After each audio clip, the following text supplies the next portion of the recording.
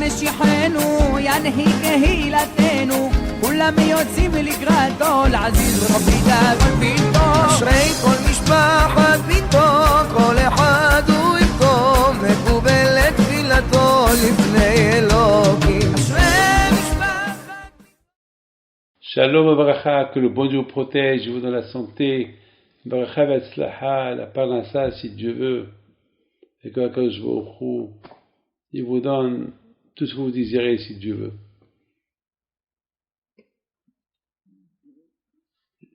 Aujourd'hui, on termine avec l'épisode de Batia. Nous avons expliqué la grandeur de Batia, la fille de Pharaon, qu'elle est devenue la fille de Dieu. Hachem lui a fait dévoiler des secrets, c'est-à-dire qu'elle a reconnu c'est quoi la Shekhinah, l'auréole d'Hachem. Elle a réussi à donner le nom à Moshe Rabbeinu, un nom qui s'appelle Moshe, qu'il est le même équivalent en lettres de Hachem. Batia immortelle, jamais elle est morte. Pourquoi jamais elle est morte? Je me suis posé la question, pourquoi jamais Batia elle est morte? On dit que Batia elle est rentrée à Gan Eden vivante, comme Eliyahu Navi, qu'il est vivant. Comme la fille de Asher, Serah Bat Asher. Comme quelques personnes qui sont jamais mortes. Il y a 10 personnes qui sont jamais mortes, et parmi eux, il y a Batia. Quelle est la raison pourquoi Batia n'est pas morte? Qu'est-ce qu'elle a fait pourquoi elle est immortelle? Pourquoi elle est devenue une femme immortelle? Vous savez, Rabotai, pourquoi? Parce que la Torah représente la vie. La Torah représente la vie. Vous avez bien vu que Moshe Rabbeinu, c'est Hachem qui s'est occupé de lui. Il n'est pas mort par les mains du Malach Hamavet, l'ange de la mort. Non, c'est Hachem qui s'est occupé de la mort de Moshe Rabbeinu. Pas le Malach Hamavet, pas l'ange de la mort. Parce que l'ange de la mort, il avait peur de Moshe Rabbeinu. Parce que Moshe Rabbeinu, il représentait la Torah. Et quelqu'un qui représente la Torah, et la Torah, elle est appelée au nom de Moshe Rabbeinu. Vous savez qu'on dit que Yaakov Abinu, il n'est pas mort. C'est pas écrit dans la Torah que Yaakov, il est mort. La Gemara dit, mais attends, mais c'est écrit qu'ils ont enterré Yaakov. Et la Gemara, elle répond, oui, il l'a enterré, mais il n'est pas mort.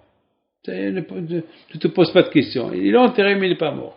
C'est écrit Vaïkva. C'est pas écrit Vayamut. Il est mort. Pourquoi? Parce que Yaakov Abinu, il était le symbole de la Torah. Et quelqu'un qui symbolise la Torah, il ne peut pas mourir.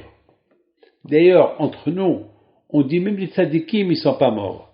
Les tzadikim, ils ne sont pas morts. Et même s'ils sont enterrés dans les cimetières, mais ils ne sont pas morts. C'est-à-dire, on les met dans le cimetière, mais ils vivent dans l'autre monde. C'est-à-dire, tzadikim imitatan, les tzadikim de leur vie, ils s'appellent des vivants. D'ailleurs, on va pèleriner les tzadikim.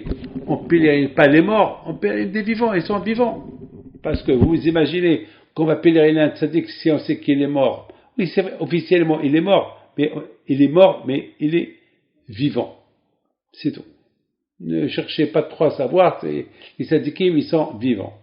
C'est comme quelqu'un qui rentre à la douche, et avant qu'il rentre à la douche, il enlève ses vêtements, et il les laisse dehors, et il rentre à la douche. C'est comme ça la bouteille de tzadikim. Les tzadikim, on les met lorsqu'ils meurent, ils changent leurs vêtements dans la tombe et ils rentrent à Gan Eden vivant. Voilà. Et là-bas, ils profitent de la vie. Mais Batia, quelle est la raison pourquoi Batia est restée vivante? Parce que Batia, elle a eu ce zéchout-là, qu'elle a découvert Hachem toute seule. A priori, une femme comme Batia, elle devait rêver à être princesse, rêver à se marier, rêver au bonheur, rêver à s'éclater avec l'argent de son père. Mais Batia, non. Elle rêvait de devenir esclave. Elle rêvait de devenir comme ces juifs-là qui sont esclaves. Elle veut son avenir comme l'avenir de ces gens-là. Et bien, quand jour elle a dit, tu as choisi cette vie-là, alors, c'est toi qui vas représenter la Torah. c'est toi qui vas sauver Moshe Rabbeinu.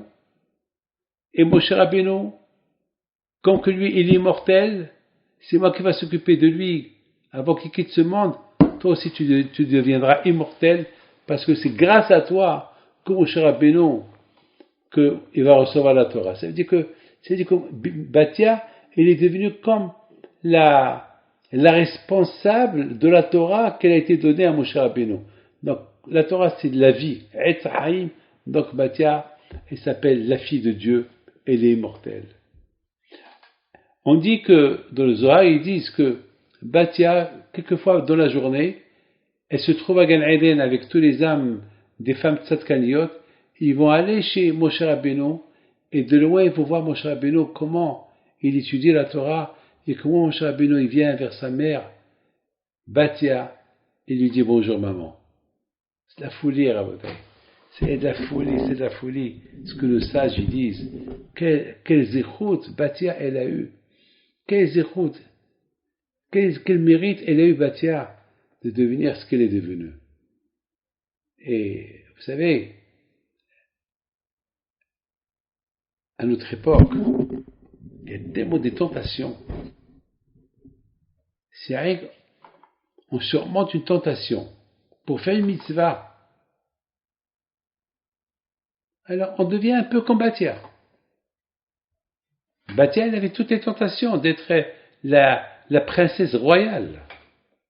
Elle a tout jeté en l'air pour s'attacher à la Torah, pour s'attacher à Kadosh Baruch Hu, pour s'attacher au peuple. Il y a quelque chose à apprendre d'elle. Nous, on ne vous demande pas d'être comme elle, mais au moins, apprendre. Sachez ce qu'elle était. Voilà, mes amis, ce qui concerne Batia. Et que le bon Dieu vous protège et vous donne à vous tous la bracha, Amen, Keratzon.